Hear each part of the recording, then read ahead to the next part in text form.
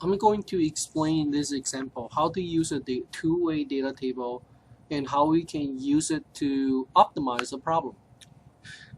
I'm creating a very simple problem here. Let's say we have two parameters to input into a model, so x and y.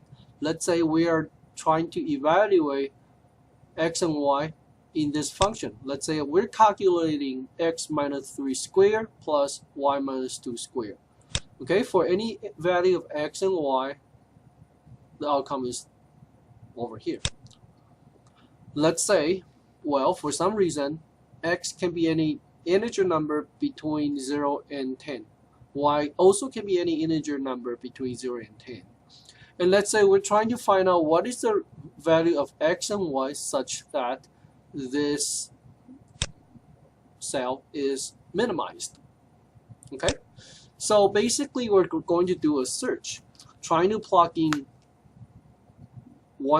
0 through 10 into this cell, and also trying to plug in 0 to 10 in this cell. So in other words, we are going to try 11 times 11, that's 121 possible combination for x and y, and find out who gives the smallest value over here.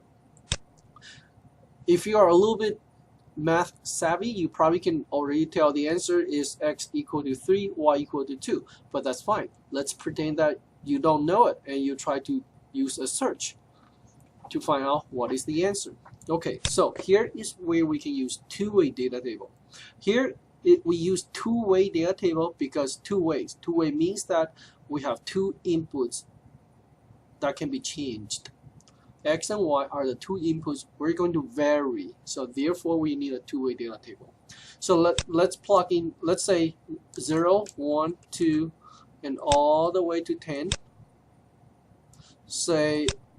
Let's say this is the value of x that we're going to plug in. Okay, this is the value of x we're going to plug in into here. And then we have 0, 1, 2, all the way to 10. Okay, these are the values for y that we're going to plug in into here. Okay, so this is set up for a two-way data table. First column is the values that you're going to plug in into a cell in the model. And in the first row, these are the numbers you're going to plug in into another cell in the model. And then we have something we want to record. Okay, that will be the outcoming objective value over here for every possible combination of x and y.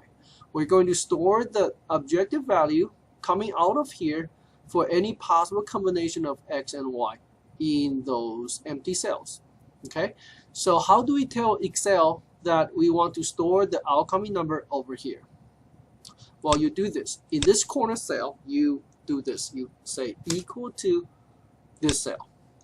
That will tell Excel, actually you will tell data table that later on, please store the value from this cell for every possible combination of x and y into those empty cells. Now, we can set up the data table. Go to Data tab, What If Analysis, Data Table. Row input cell. Okay, the row input cell is a cell in the model where you want those 11 number for y to plug into. Well, we click on this cell because we want those 0 to 10 to go into this cell, to replace the number in this cell one by one. Column input cell is a cell where you want the numbers in the first column, those 11 number, to be replaced into. Well, I'm going to click on this cell because we want those 11 number to be replaced into this cell one by one. Okay, now click on OK. Here you go. For example, just pick this one for example. This is when x equal to 2, y equal to 1. If I do x equal to 2, y equal to 1, you will find that it's 2. Okay, it's the number over here.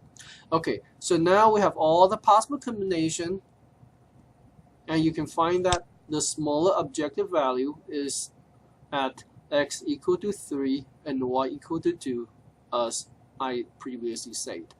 That is an example where you can use two-way data table to perform a search or optimization.